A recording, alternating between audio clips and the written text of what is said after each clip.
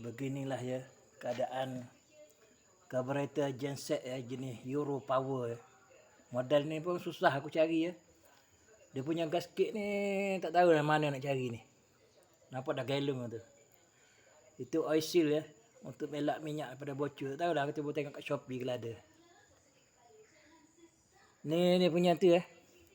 Biasanya benda ni lah yang menyebabkan enjin tak hidup ni. Dia tersumbat dalam ni. Dia guna benda ni, carburetor and choke cleaner ni ya.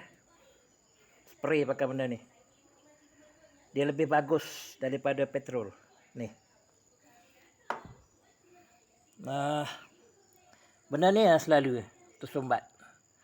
Bila dia tersumbat, ibarat jantung lah ya. Bila tersumbat, dia tak boleh bernafas ya. Mampus lah.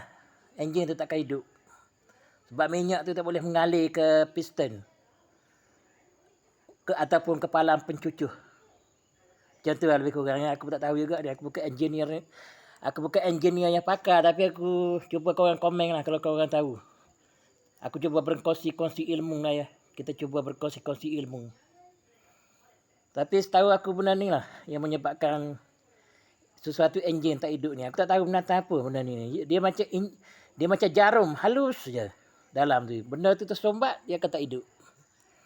Sekejap lagi terpasang. Nampak tak? Bersih Nak banding dengan tadi. Ni pun bersih.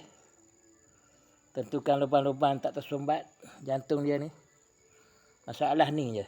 Nak cari mana tahu. Cuba order kat Shopee lah. Sekejap lagi terpasang ya. Next episode.